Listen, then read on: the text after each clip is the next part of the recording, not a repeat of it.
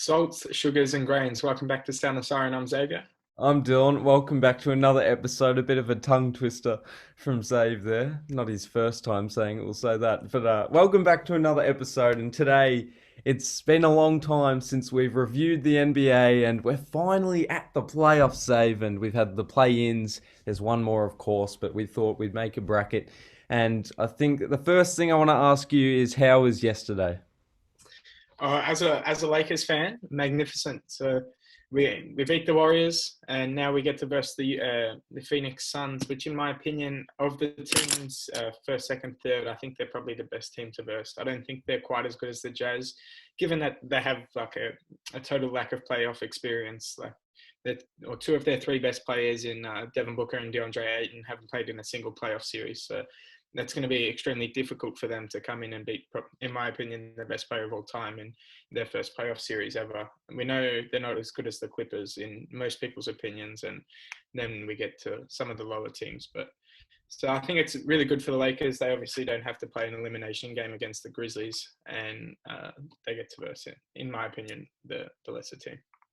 Yeah, a few takeaways from the plains for me. I thought Indiana, who unfortunately went down today by 27, were pretty resilient. I mean, no Karis LeVert, no TJ Warren, who hasn't really made an appearance all this season. I think he had season-ending surgery earlier on, and no Miles Turner, but players like O'Shea Brissett, who I'm a big fan of. I had him in my fantasy at the back half of the season. He's going to be a star. He showed his development already in just about 20 games, I think. So I think the Pacers, although they struggled a little this year, and it seems that in the past few years they've gone down the same road, I think they're set up well for next year. But I know that their fans have said that as well, and they've been doing that this year, or the previous years. But I do think they're set up well. Malcolm Brogdon's great. Doug McDermott finally showing some form in the play-ins. But Charlotte, unfortunately, went down. I know LaMelo, he probably was feeling the pressure a little bit. How do you view that? I I sent you a message just before this game with my predictions, and I said that I thought the Hornets were going to win. And I looked back at it, and I don't know why I said that, because I actually, even watching the game, I thought the Pacers were going to win, and I thought I said the Pacers. But um, given that Gordon Hayward, who is probably still the best player on the Hornets team, wasn't playing, I know the Pacers missed a lot of players, but yeah, given that Hayward wasn't playing, Melo obviously still has a sore wrist, even though he's still playing. Um, but yeah, again, it's his first elimination game ever, like since like his junior year of high school or senior year of high school. So it's going to be difficult when you're a rookie and you're the best player on a team coming into um, a playoff series against a team with so many veterans and an all-star like Sabonis to win. So Yeah. uh, yeah, I don't know. I expect big things next year. Yeah, I was 0 for 2. I tipped the Hornets and I tipped the Wizards as well. But the Wizards, they just need Davis Bertans to step up. In today's game and the game against the Celtics combined, he's 2 for 13 for 3, which is very unlike him. We know he's one of the best sharpshooters in the NBA. And to go 0 for 7 against the Celtics probably didn't help their cause. But in the Western Conference, the Grizzlies managed to overcome the Spurs, and I think DeRozan probably will look at that performance and try and amend it, because 5 for 21 is not the DeMar DeRozan we're used to. He's an extraordinary player, but unfortunately unable to step up yesterday. And even with him shooting poorly, they only lost by 4 points. Do you think it's the last game we'll see DeRozan in a Spurs jersey for? Possibly. I know that some of their fans on Instagram are advocates for it. I was reading the comments, but look, I hope he does get an opportunity to thrive elsewhere if he's not content in his place at the moment. But yeah, it was just unlike him. 5 for 21. He's usually one of the most efficient mid-range shooters in the game, and he couldn't get that to fall. He was struggling with free throws a couple of times. But I don't think anyone expected them to win, Zave. So No, not at all. Yeah, yeah, 100% right there, I think. And almost no one would have had them winning over the Grizzlies. Um, One thing I would like to see is, I know it doesn't really fit the time frame of the Raptors, but to see him go back to the Raptors after yeah. this year, I think would be a really nice touch. We know he's getting up there in age, and if he could finish his career in the place that he started it, I think that would be great. Yeah, for sure. And The next playing game, it was probably game of the year. Steph Curry with 37, AD with 25, but at halftime, AD, Schroeder, and LeBron were 4 for 29, I believe, or something along the lines of. So it was a great comeback, and I know you were very, very chirpy and up on your feet. Yeah, so at halftime, I think most people would have had us written off. I think we were down by like 13, I think you said. Yep. Yep. But yeah, so that's a big lead to be down by. But as you said, our three best players in Schroeder, LeBron, and AD all weren't playing well. Schroeder actually got taken out of the game and didn't close it because of just how poor he was. Yep. LeBron managed to turn it around and finish with a triple double and hit one of the best shots of the year, the game winner. And I think if you include playing games as playoff games, it's the second longest game-winning shot ever after Damian Lillard's game winner. So that's a pretty good stat there, and a pretty good one for LeBron fans like myself. And yeah, AD managed to turn it around as well. I think he had like 10 plus points in the last quarter when it mattered the most. So Lakers got over the line in a pretty important win. Interesting you say Schroeder top three. You don't think Drummond sneaks into that spot? I think Drummond's really good, but I think Schroeder brings something different to the Lakers that they haven't really had. And I think when LeBron's off the court, Schroeder is so important for us. The fact that like he can score the ball off the dribble, he'd be the second best on our team at that. So I think he's really, really important. And when LeBron was missing, I think he was him missing as well went really underrated in our year this year, because with both of them missing, we really lacked like offensive ability, and just the ability to score off the dribble was really, really missing. Yeah, Schroeder's rigorous play style, I think, was notable in the OKC jersey as well last year in that run for them in the playoffs. But yeah, certainly a helping hand. And today we saw the Wizards beat the Pacers, as I touched on. But tomorrow we have the Warriors versus the Grizzlies. So we'll assume, or we won't assume, we'll put in both scenarios and we'll skip to the playoffs and we'll go the 1 versus 8 seeds. So Jazz Grizzlies or Jazz Warriors? Do you see the Jazz winning both? I do see the Jazz winning both. At the moment, they're 21-13 against teams over 500. So that's a really good record, and they're first in the West in the better conference. But I think I read somewhere that Donovan Mitchell is still questionable to play in game one. So if he's not back, it might be a little bit of a different situation. But assuming they're all fit, him and Mike Conley have both missed a lot of time in the second half of the year. So if they're both fit, I think I'll take them over the Grizzlies in 4 and them over the Warriors in, I think, 6 games. Yeah, but nonetheless, Jordan Clarkson is a spark off the bench and a helping hand. But I agree. I see them probably sweeping the Grizzlies, unfortunately. But it's always with the 1 versus 8 seed. I always do see that 8 seed possibly taking a game. But if it was the Warriors, I'd have to agree. 2 games for Steph Curry, just because he never gives up and almost defeated the Lakers. We'll go to the East, or should we stick with the West and go to the 2 versus 7? The Suns versus Lakers. I think we should. I think we'll stick with the West for now. I think I'm going to tip, or I don't think, I know I'm going to tip the Lakers for this one. I just said how the Jazz have a really good record of 21-13 against teams over 500. The Lakers' record against teams over 500 is 20-21. So they're actually under 500 against teams that are over 500. A little bit of a tongue twister again, but with the exception of injuries, that is. Yeah. So that's obviously AD's missed 9 weeks. LeBron missed 26 of 28 consecutive games. So I think if both of them are fit, I think I'm going to have to tip the Lakers in 5. I'll agree with everything you said, but I think the Lakers in 6. Chris Paul's experience, Devin Booker's shifty and neat footwork, and DeAndre Ayton probably able to hold it down, but not sure. Yeah, I alluded to it a little bit at the start of the podcast, and I was saying that I think Devin Booker, DeAndre Ayton are both absolute stars, but to have someone like LeBron and someone like AD and just the quality of team that the Lakers are, obviously being the reigning champions, to come into your first ever playoff series for your entire career and beat someone like that, I think is almost impossible. So I have to go with the Lakers. I think you have to feel for Phoenix as well. 51-21, and they have to go Yeah, up against the Lakers first round. for sure. I think they were definitely the losers of the Lakers' injuries, along with them. Yeah. Like, to be so good for the entire 72 game regular season and then be punished and have to Yeah. verse like what I think is the best team in the West is a little unfortunate.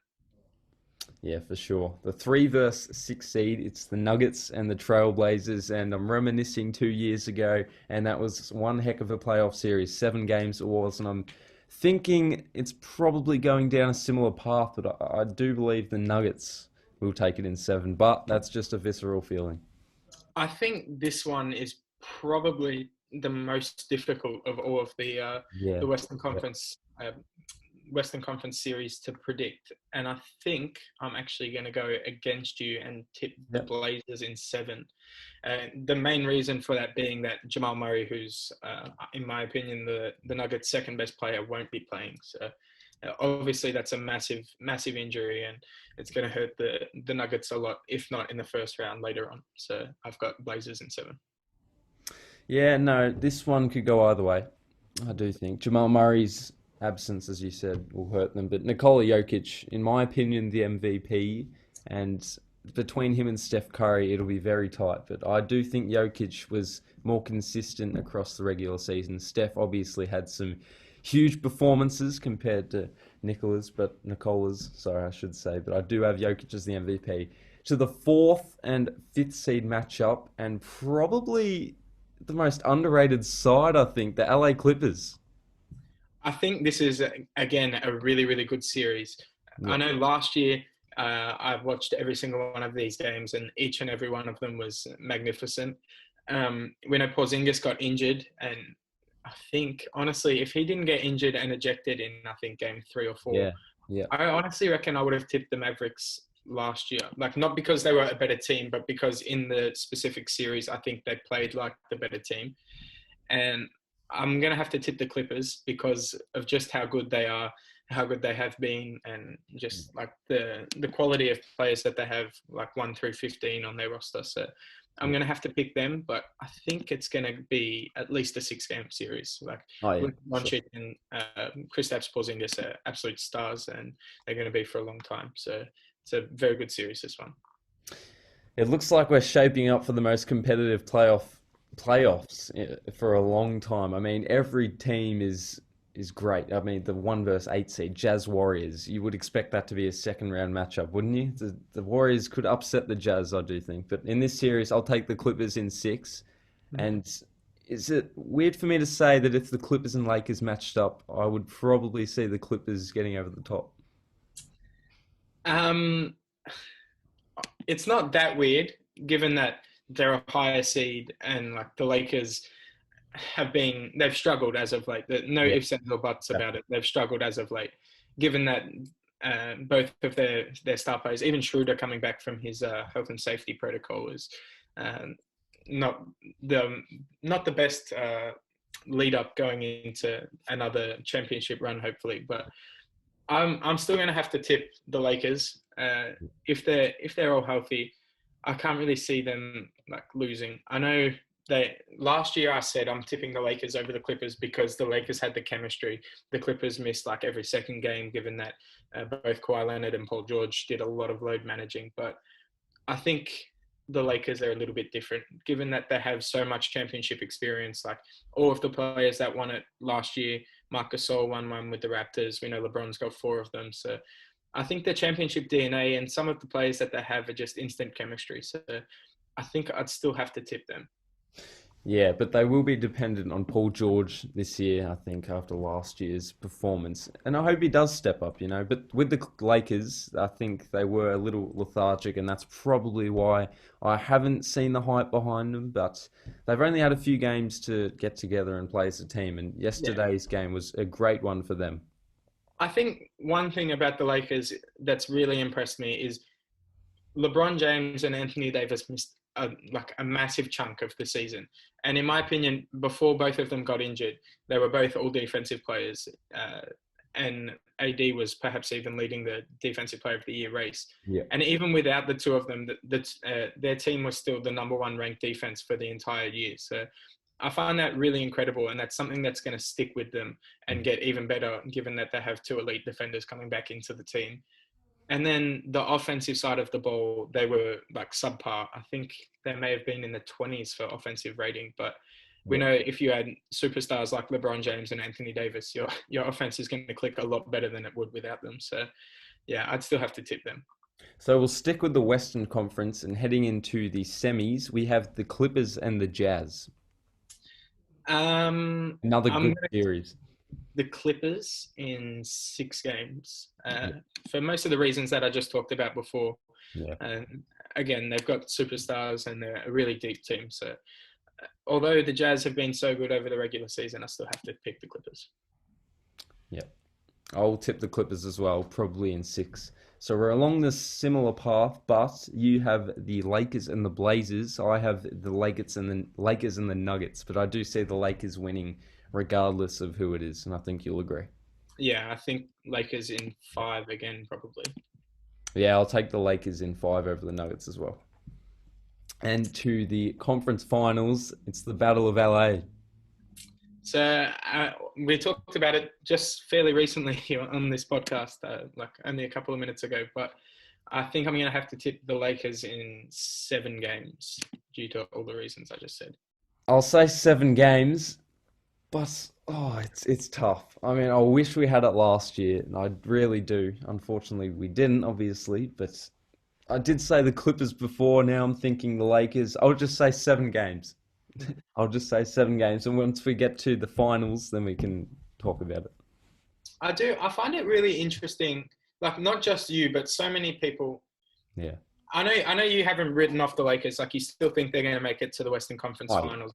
Take the Clippers to 7 games. But I find it interesting that so many people have written them off. And I know Brandon Marshall, who works for Fox Sport, FS1, said that the Lakers aren't even a good team anymore. I know a lot of people don't have them going to the championship, to the finals. A lot of people don't even have them going to the Western Conference Finals. And I think it's just very reminiscent of what happened last year. I mean, the Lakers went 3-5 in the 8 seeding games in the bubble. And then what happened? Like they went 4-1, 4 games to 1, 4 games to 1, and then 4 games to 2 in the finals against the Heat. So I think to continuously write off like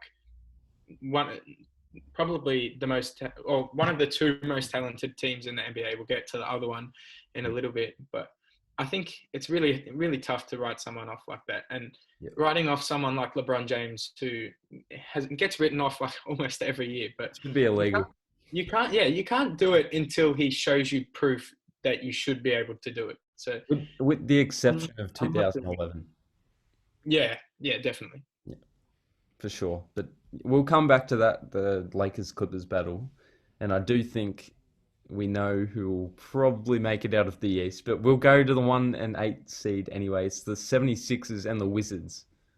I think as of all of the ones we've done so far, this is probably the easiest, and I'll take the 76ers in 4 or 5 games, probably 5, given that Westbrook and Beal are just elite players. Okay.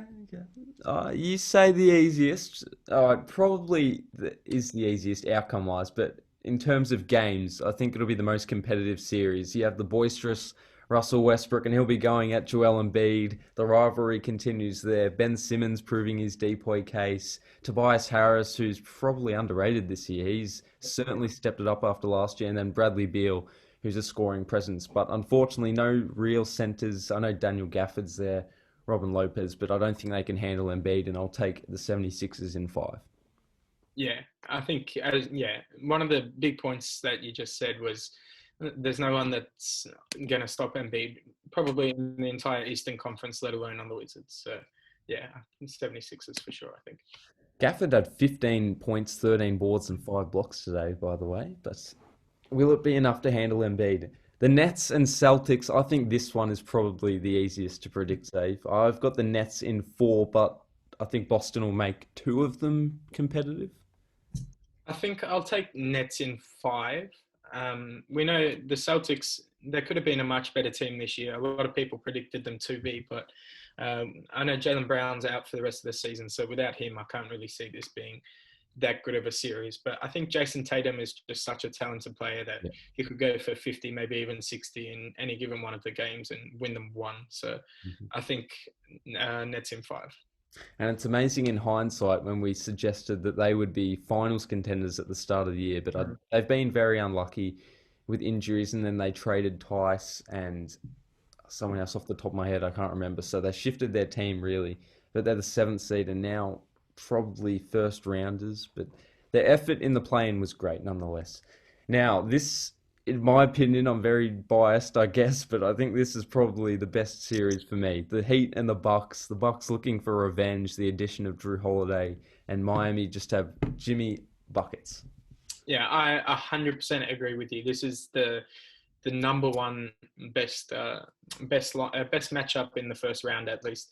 The Bucks Heat. We know it was a good matchup last year, and a lot of people had the Bucks coming out of the East, but the Heat managed to beat them in, I think, 6 games, maybe 5. 5 games, 5. 5 games. So I think they do match up well. There's a lot of players on their team that are good matchups for Giannis in particular, like Jimmy Butler, Bam, and even Trevor Ariza and Iguodala to a lesser extent. But all 4 of those are good big defenders that can switch onto him. But in saying that, I think I'm going to have to take the Bucks in 6 or 7 games. But yeah, both teams are really, really talented. And honestly, either one of them wins. They're definitely on the harder side of the schedule, like both teams. Honestly, I wouldn't be surprised if either one of them made it to the finals. But given that like they're on that specific side of the bracket, yeah, it's going to be more difficult. Yeah. Just before I reveal my result, was Bam a little stiff to miss out on the top 3 depoy candidates? Definitely. Like I would have had him 4th in my own opinion, but when you're 4th, you're obviously a little bit stiff. For sure. Yeah. So I'll take I'm very hesitant. Heat Bucks. Non-biased perspective, I'll say the Bucks in 7. Mm-hmm. Although if it gets to a game 7, Jimmy's determination will definitely be there. Tip against Jimmy Butler in a game 7, it's gonna be a pretty outrageous call or a pretty bold call. So you know what? I'll tip against him then. It's definitely tough. Oh yeah. Both teams are magnificent, and I think like there's been so much talk over the last few years about if Giannis can hit a jump shot, but I think it's going to be particularly testing in this series. Like the Heat put down a little bit of a blueprint as to how to beat them, similar to what the Raptors did the year before. But if Giannis can't hit a jump shot, I think like the Heat could win. But I'm pretty confident that Giannis can evolve his game, and with the addition of Drew Holiday and PJ Tucker, I think they can stretch the floor a little bit more this year than they could last. You know what? I'll shift it. I'll say the Bucks in 6 or the Heat in 7. I like that. But for this purpose, I'll just say the Bucks.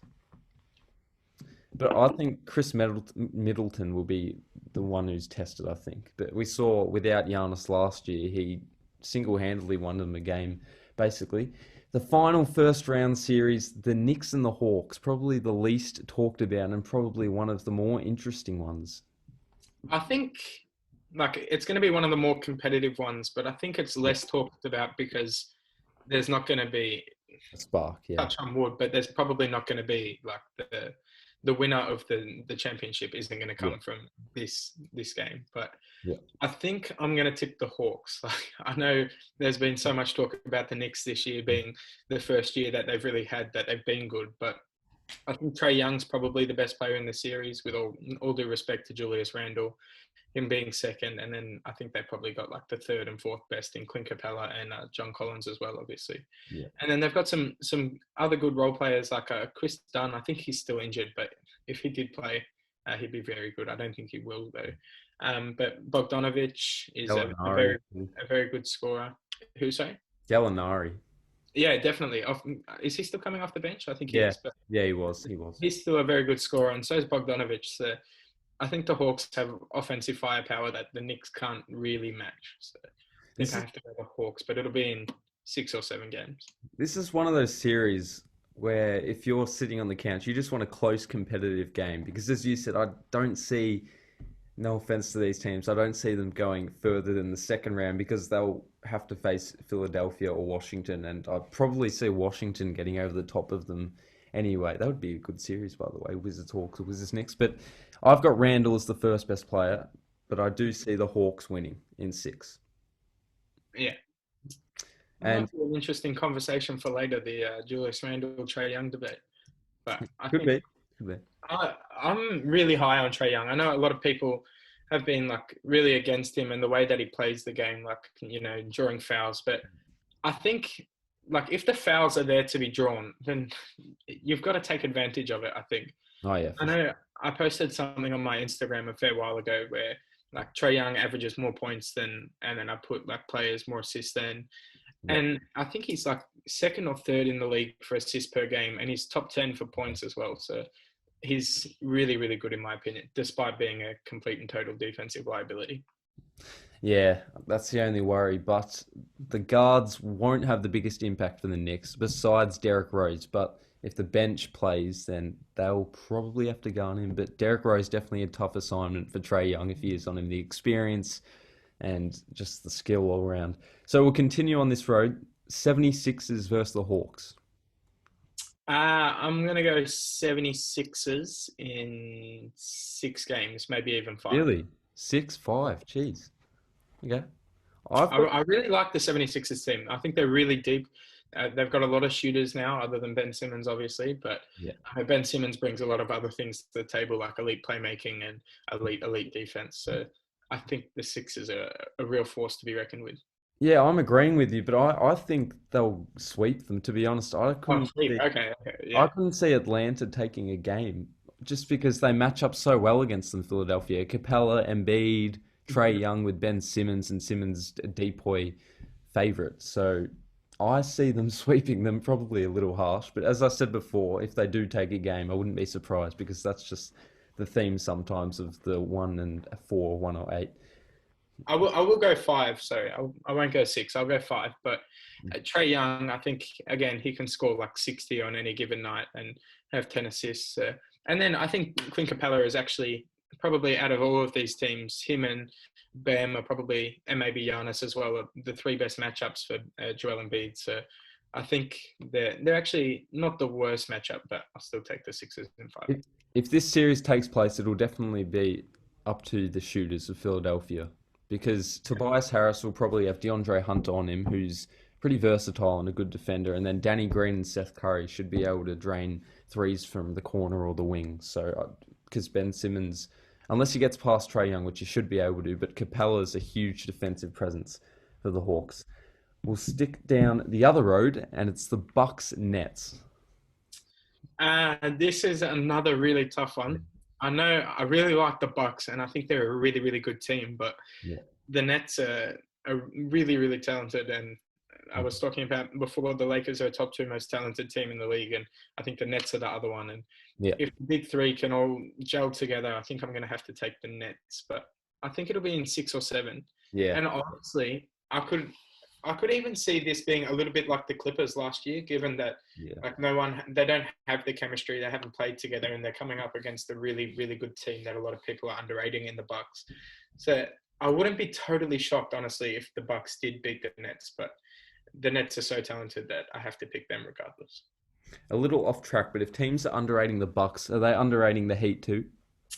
I think so. Like, I don't think the Heat as good as the Bucks, and I don't think they will win the championship. I think they're a lesser chance of winning the championship than the Bucks are, but they're a good team. I think they're still underrated. They could win any given series against any given team. So I think they are really good, and I think they could. I think they are underrated. Sorry. So I'll take the Nets in 6 as well. But for the Heat and the Bucks, it's not easy. They'll have to play. Well, the Heat, let's say the Heat go all the way, which probably won't occur, but they'd have to face the Bucks and then most likely the Nets and then most likely the 76ers and then potentially the Lakers or Clippers. So definitely not an easy path. I think those four teams that you just named, in my opinion, or five teams, sorry, are the best five teams in the league in the Bucks, Nets, Sixers, Lakers, and Clippers. So if the Heat were to win it, which I'm not saying they will, it's just totally incredible. Yeah. Same goes for the Bucks as well, beating Oh, the yeah, for sure. Sixers and Heat. So the conference finals at the moment are the 76ers and the Nets. Again, another tough series for the Nets.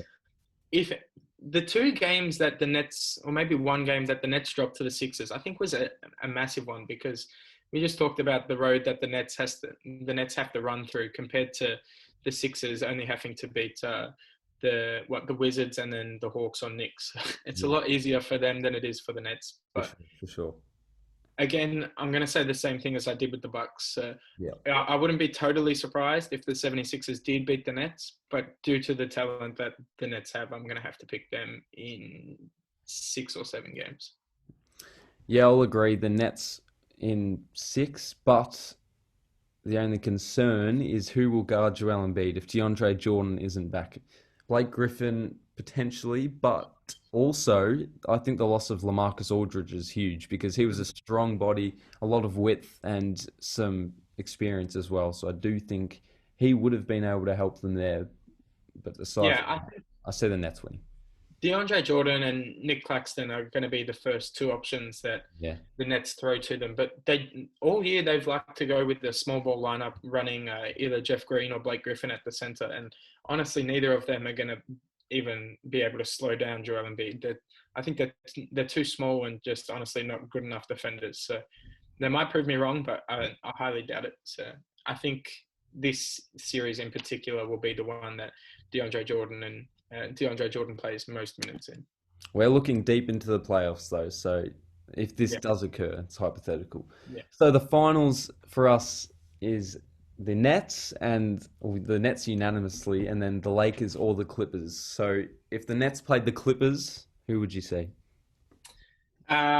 Nets play the Clippers. I'd probably go the Nets in 7 games. Okay. But I think if they versus the Lakers, though, I think I'd go Lakers in 7. We're set up for a great battle either way. And if it was the Nets Clippers, you'd probably be distraught from the Lakers loss. So I'll go with the Nets over the Clippers in 7. And then, probably the Lakers over the Nets in 7. Oh, the Nets. It's really tough, so. Yeah. Especially when you get later on in the playoff bracket, when it's good team versus good team versus good team versus good team for every single one, it's going to be so difficult to tip. And given that we haven't really seen, in particular, the Nets and the Lakers in a playoff type structure, and then the third best team in our opinion, the Clippers, last time we saw them in a playoff structure, it wasn't good at all. So yeah, exactly. It's so hard to tip, and there could be one upset that just throws off this entire bracket, and maybe even in the first round, and then we have to do it again. But it's difficult for sure. But I think if I had to rank them, I would go Lakers, Nets, Clippers, Sixers, Bucks would be my top 5. Yeah. What about you? Plus, we're not taking the injuries into account either, which could happen. So hopefully not, by the way. I'd love a durable, healthy playoffs. So I'd probably say Lakers, Nets, Bucks, Clippers, and then 76ers. So you have Bucks 4th, I've got them, or 3rd, was it? Third, you had them 3rd, I had them 5th. So that's an interesting one, but again, it's all just really hard when you get to good team versus good team. Either way, it's going to be very, very competitive, and there's going to be a story rising out of it either way, whether it's LeBron's legacy or the Big Three's legacy. I think I will say this is going to be interesting. If the Lakers win, everyone should have. This is probably my headline from each winner. If the Lakers win, everyone should have LeBron James, as their greatest player of all time. Yeah. If the Bucks win, I think Giannis is the best player in the competition, assuming no one gets injured. If the Nets win, Kevin Durant is an undisputed top 10 player of all time. Yeah. And probably top 5 as well. No, I won't go that far, but top 10. Yeah. Sixers, that's a tough one, but I think it's going to have to be something about Joel Embiid. Development or Embiid, yeah. Yeah, I think it's going to have to be about either Ben Simmons being able to hit a jump shot, or Ben Simmons and Joel Embiid being a dynamic duo for the next 10 years. Yeah. And the Clippers will be something about Paul George. Yeah. Because he's going to, if they win, he's going to have to be at his best. He won't be. If he plays like that he did last year, they won't even come out of the second round. And let's say the Heat win. It's going to be something about Jimmy Butler. Certified Hall of Fame career. Definite top 5 player in the league. Back-to-back finals trips. I think it's much less likely because I don't see Jimmy Butler as good as Joel, LeBron, KD, and Giannis. But he is very, very good, and I think the Heat are a very, very good team. So we'll have to see. In saying that, he did bring the Lakers to 6 without. Well, they had plenty of players out. I mean, missing Dragic, Bam, Adebayo, I think, for a couple of games. And they had Kendrick Nunn, who wasn't actually in the rotation, playing about 20 minutes a game, I think. So that was the extent of it. But yeah, and Kendrick Nunn, I think him and Goran Dragic are underrated pieces of the Heat team. Like, we haven't mentioned them once in this video, but I think both of them provide, as well as Tyler Hero, provide the Heat like a scoring punch that doesn't necessarily come from Jimmy Butler and Bam Adebayo. So I think all three are big pieces for them.